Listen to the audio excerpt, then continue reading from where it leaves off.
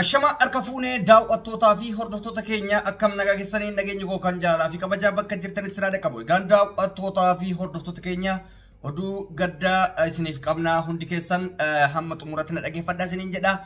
Oduun gaddaa miidiyaa hawaasaa kanarra deemu kan akkaan onnee nama cabsiisuu fi akkaan nama rifachiisudha. Maaltu uumame maaltu ta'ame kan jedhuu fi odeeffannoo alaas tokko tokko qabannee isiniif dhiyaannee jirra.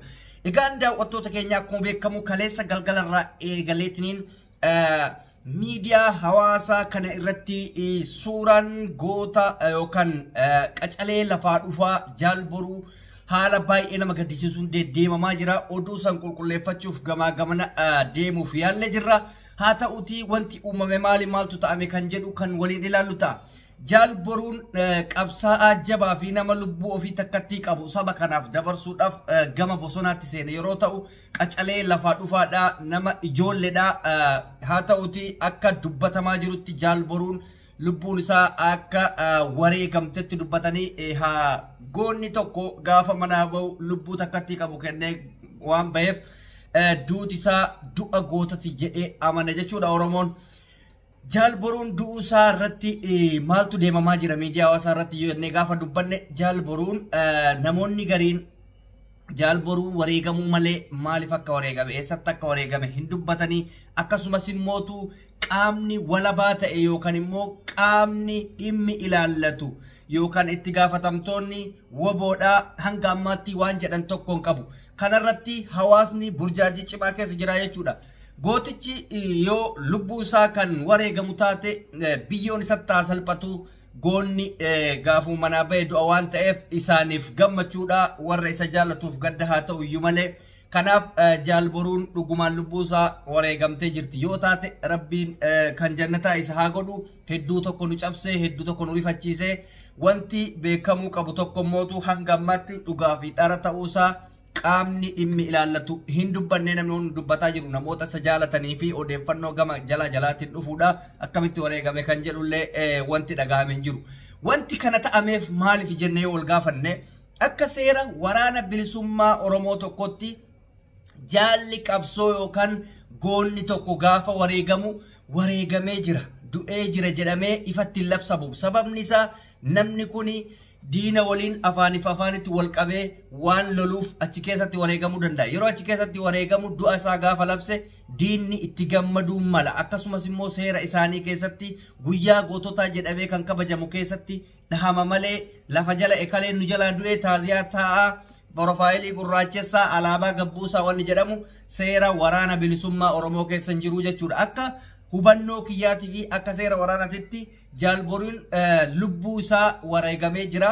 Garuu mootu qaamni waan kana ibsuu amma dura seera isaanii keessa waan hin jirreef gootota amma dura dhabne heddullee beekna. Fakkeenya warra akka Jaal Kamaal Heboo akkasumas immootu ijoollee qaccalee hedduutu wareegame.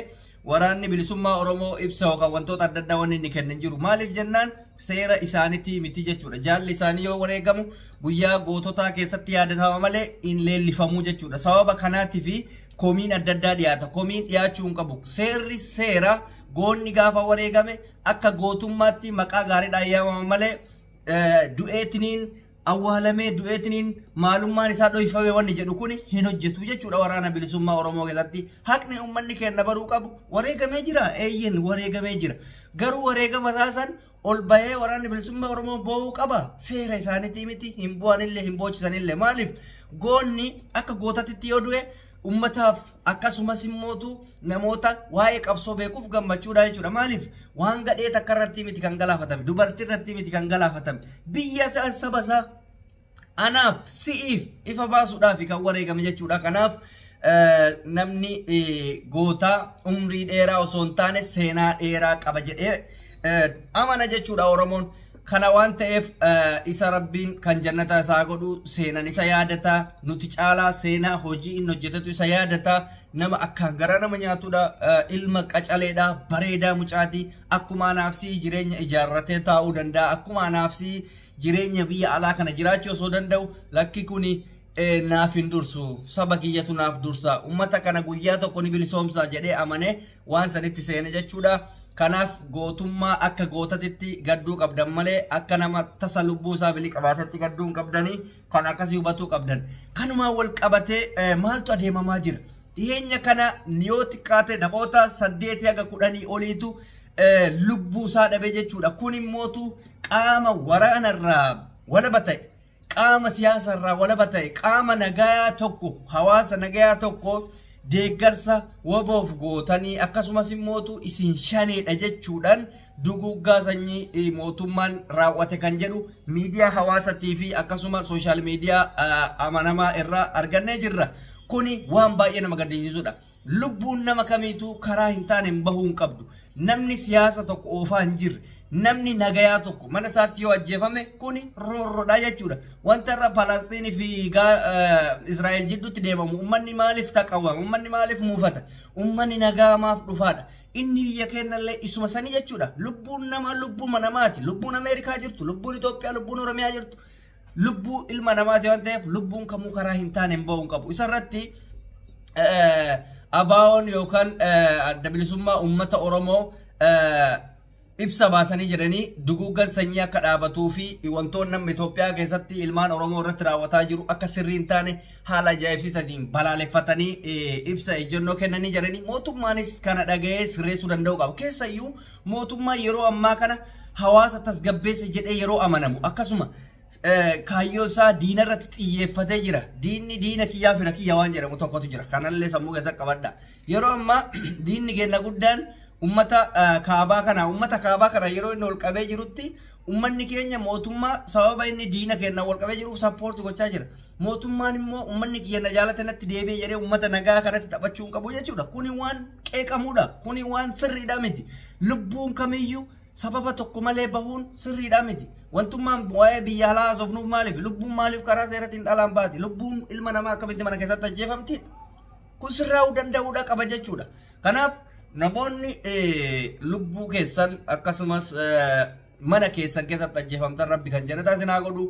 Maatii keessan kan hafeef jajjabina hawwina. Uummanni Oromoo kanarratti hojjechuu qabu. Lubbuun nagaa tokko mana keessatti maaf baati kan jedhu sirriitti irratti hojjetamuu qaba. Siyaasni hanga fedhe sirraa'ee lubbuun namaa yoo kan bahaa jirtu taate siyaasichi sirraa'ee inni jedhamu sun hanqinaa fi baniinsa uumamaa jechuudha. Kana haqa walitti himaa deemuun barbaachisaadha. Isinii galee kanaaf baay'ee nama gaddisiisa. Lubbuu gara nama 10 olii guyyaa tokko keessatti dhabuu jechuun jara keenya biyya keenya ta'ee diniini malee osoo biyya biraa ta'ee waan onnee nama cabsuudha. Kuni sirraa'uu danda'uu qaba jechuudha. Kana qofaa miti guyyaa kaleessa gabaasa dhimma balaa tiraafikaa irraa isinii kaasee ture. Namoota 4 haga namoonni 6 akka du'e. Har'as oolee osoo hin bulin namoonni 8 bakka tokkotti konkolaataan walitti bu'uudhaan dhumee jechuudha. Kunillee hanqina tiraansfoormeeshinii yookaan immoo hanqina mootummaan konkolaachiftoota keessaayyuu hanqinni guddaan biyyattii Itoophiyaa keessa jiru konkolaachisaan ga'umsa osoo hin qabaan ga'umsa qofa osoo hin taane kan ga'umsa qabus miira isaa qofa hordofuun alkoolii adda addaa fayyadamee konkolaachisa. Yeroo kanatti rakkoo adda addaa geessisaa jechuudha. Lubbuun nama 8 guyyarraa namni 10 namni 15 biyyattii keessatti osoo hin taane naannoo Oromiyaa keessatti qofa ba'uun baay'ee nama gaddisiisa. Tokkoffaa diinagdee biyya sanii kuffisa. Konkolaataan caccabe sun diinagdeedhaan deebi'ee sirraa. Lammaffaa lubbuu qisaasa lubbuuti. Lubbuun baate suni bor bakka isiin geessu hin beekan. Kaayyoo guddarraa lafa dhaa namni sun.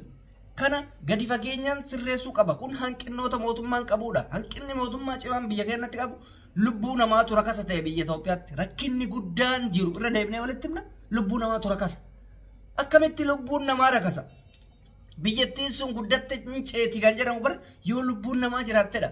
Lubbuun irra darbitetuun bar waan gaarii gootee biyyattii saniif maqaa yaamsisuu dandeessi. Kun ammas irratti hin hojjetamne irratti hojjetamuu qaba. Mootummaan bar lafa duwwaatti leellifamuu hin qabu. Anamma sa'aa kanatti akka duraan isanii miti. Qeeqa guddaa mootummaa irraa qabu garuu mootu hanqinni kanaa olii hin jiru. Oromoon hunda caalaa waa lama qofa barbaada mootummaa irraa bar waan biraan barbaadu. Takka mirga lubbuun jiraachuu. Lammaffaa mirga abbaa biyyummaa kanuma barbaada waan biraa jabaan barbaadu aangoon barbaadu. Mootummaan qabeenya naa kenniin barbaadu. Lubbuun biyya kiyyaa haa jiraadhu biyyi tun tiyya ta'uu itti amanaa keessan jiraadhadha bakka gaafin biraatu hin jiru bar kun deebinaan Oromoo waan gaafatuu hin qabu. kanuma warri bosonaatillee ka barbaadu waan biraati miti kun sirraa'uu danda'uu qaba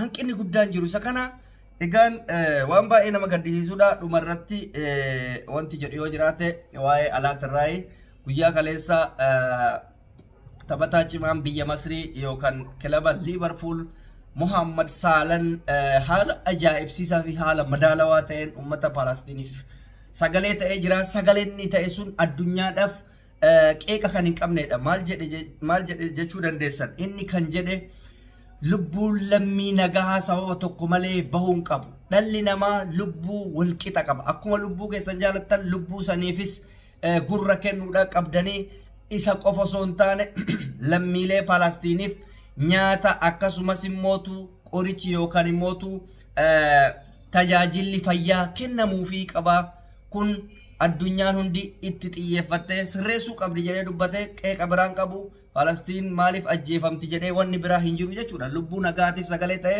kanaaf miidiyaan addunyaa harkaa fi harkatti ol fuudhanii Muhammad Saalaa ajandaa godhatanii jiru kanuma isinii himaa daawwattoota hordoftoota keenya odeeffannoon keenya amma kanuma fakkaataa odeeffannoo biraatiin hanga walitti deebi'utti turtiinaaf qabaadhaa akka tasaa namoonni YouTube chaanaalii keenya haaraa taatanii dhuftan yoo jiraatan subscribe gochuun maatii keenya ta'a walitti dachaana yeroo gaarii naaf qabaadhaa kabajamaa wayyooma